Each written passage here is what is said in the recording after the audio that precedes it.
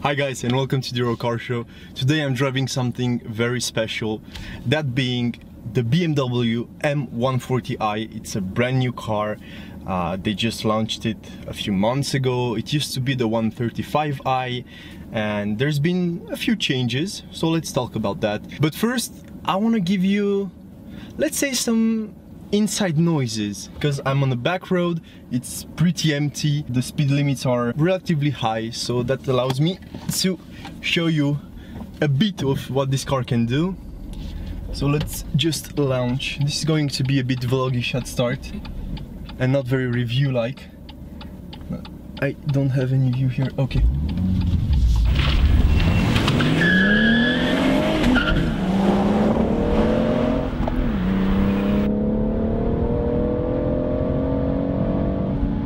I mean, honestly, it goes like crazy.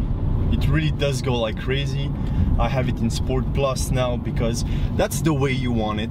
Let's be honest, you don't want this car in any other setting, although it can be very comfortable.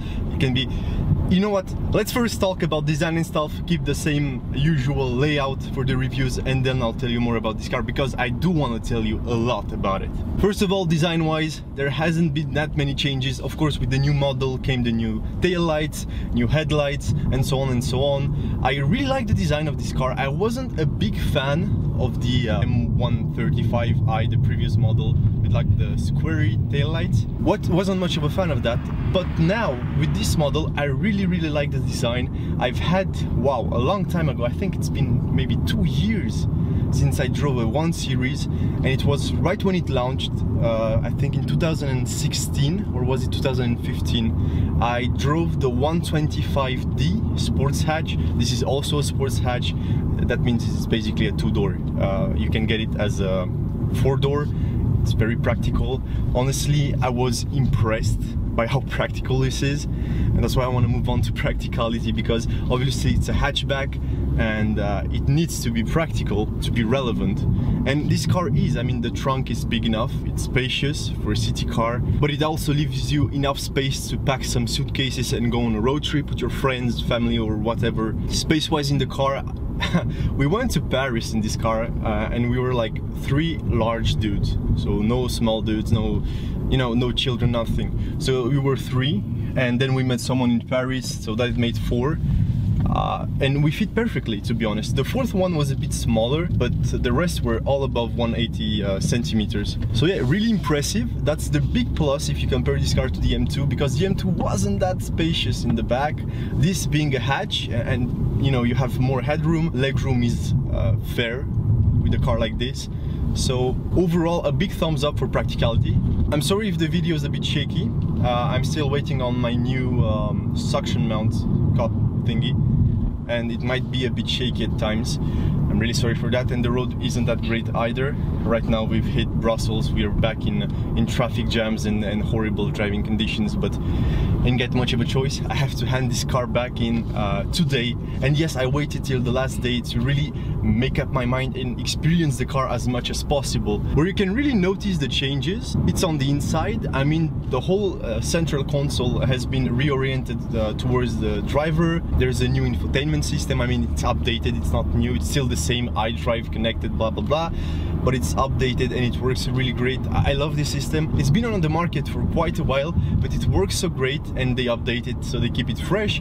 It's nice, you know, I really like it, no complaints about that. And regarding all features, obviously you get GPS, you get connected iDrive, you get Bluetooth connection and all that stuff, and apps, and you know, you don't need that in this car. I'll tell you why a bit later, but you really don't need that in this car. Although the parking assist with the camera and so on, that's really useful, especially in town, because you want to park. It's so much easier. Let's not pretend like we don't like it, like we want a pure old school driving machine, because well, yeah, we do want that, but also when we park and when we drive in comfort, we want those high-techy modern features those cars can offer. On sunny days like today, it's also nice to have the sunroof, you know, more lights, you can open it wide open. It's actually pretty big for a sunroof. Finally, for the interiors, I don't want to mention the materials too much. I mean, the steering wheel, everything that's M is great. The rest, I mean, it's still a 1 Series, so don't expect uber luxury. You do find some plastic on the car and so on, but the finish on these cars is honestly really good. I mean, it's a BMW and you get a BMW this time for the money. It's honestly, it's decent, it's really nice, and I never felt like I was cheated materials wise, or you know, when I was sitting in the cabin, the seats are super comfortable and they hold you in place. They're really sport seats.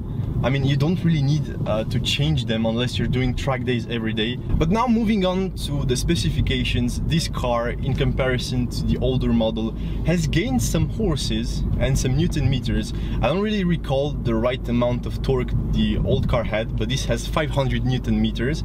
And as for the horsepower, it jumped from 326, if I'm not mistaken, to right now 340.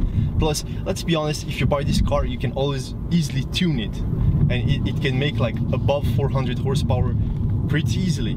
0 to 100 takes in the mid 4 seconds, so that's again very close to the M2. It's just a bit slower, not that much slower, although the M2 felt faster some, I don't know. It's maybe the sound, because this car is lacking some sound. I mean, you can hear the wind noises from the turbo, you can hear, you know, those turbo noises, you can hear some pop-ups in the exhaust and stuff.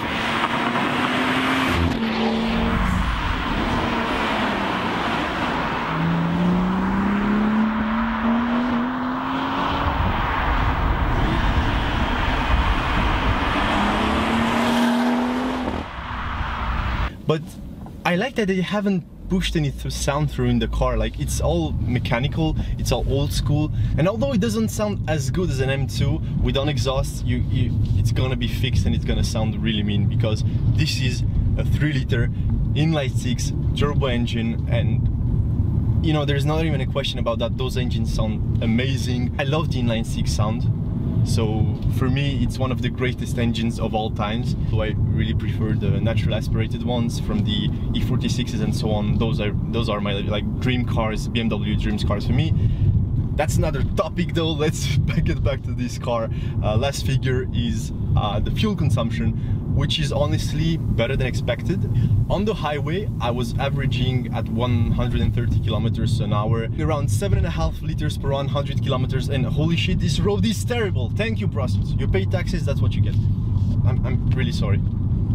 As for in-town fuel consumption, you're getting somewhere around, if you drive it normally, you know, like not like a madman, which I maybe have, maybe haven't, you'll see.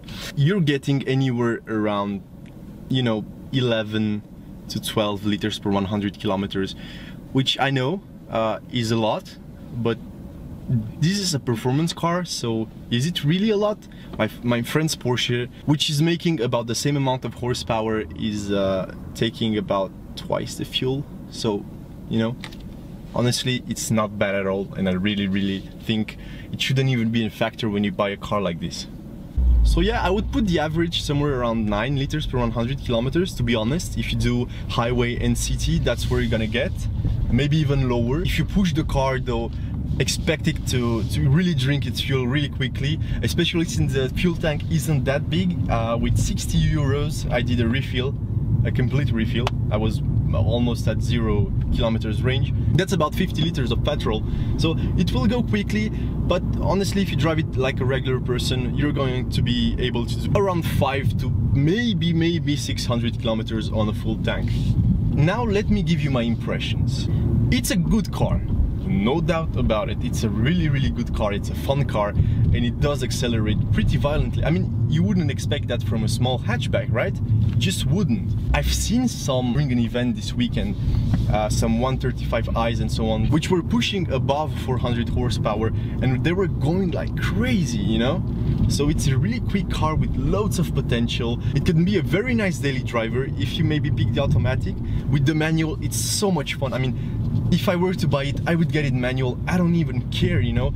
That's it, traffic, avoid traffic or something, because it gets boring, and although the gearbox is really easy to use, it rev matches alone if you're not used to doing that or you just want to do that.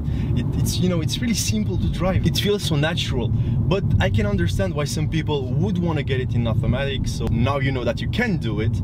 Honestly, it's a very good everyday car. The only thing that I would change personally is maybe the sound. I would add some decibels to that exhaust, because it kind of ruins the experience. Although if you hear it from the outside, it really sounds good, but from the inside you don't get enough noise. Maybe the car is just that well insulated, or the exhaust is just maybe a bit, you know, it struggles to make the sound. So I'm voting for a freer exhaust, and honestly this car is a blast. That's all it really needs. So would I recommend it? Honestly, yes, if you can't afford the M2, which is quite a bit more expensive than this one. This one starts at 35,000 euros here in Belgium, before, you know, VAT and stuff like that, and options, fully loaded with all taxes included, blah blah blah. You're somewhere around 50, just a tiny bit over 50. I think it's 52,000. And this one is really fully loaded. The only option it doesn't have, or if you consider that an option, is the automatic gearbox, which anyway I wouldn't pick over the manual, because I like manuals, so yeah, that's just me. I think it's a pretty good deal when you consider that an RS3 is going to set you back well over 70,000. It's not faster, but it could be. You can always get it as an X drive. So honestly, I think it's a good bang for your buck. It's good, you know, miles per liters value. So yes, I would buy it, unless I could spend some more and get the M2. Because the M2 is just one above, and there's just no way around it. It's a better car, it's better balanced, and so on. This is more tail happy. It's a fun car, but as a tool, as a really, you know, something you want to take to the track, I'd really rather have an M2. That's just me. That being said, I think I've covered pretty much everything I wanted to say about this car. If you guys have any more questions, or you just want to talk to me because I look like a friendly guy, make sure to leave a comment. He's not. I am. Yeah, I'm really friendly. Come on. Yes, what was he saying before I was interrupted? Yeah. If you have any comments, or any comments or any remarks, or you want to say something, just leave it in the comments below. Make sure to leave a thumbs up if you like this video, and subscribe for more. As usual, I'm saying that in every video, hoping that as many of you guys as possible subscribe to the channel, so I can get more cars, put out more content. You know, it really makes life easier for me when I have to go, you know, and get cars, because the more subscribers you have, obviously the more cars you're going to get, and the more nice events you're going to be able to attend, and so on and so on. So if you can afford that click, which is free by the way, just do it. All right, I'll see you next time, guys. Bye bye.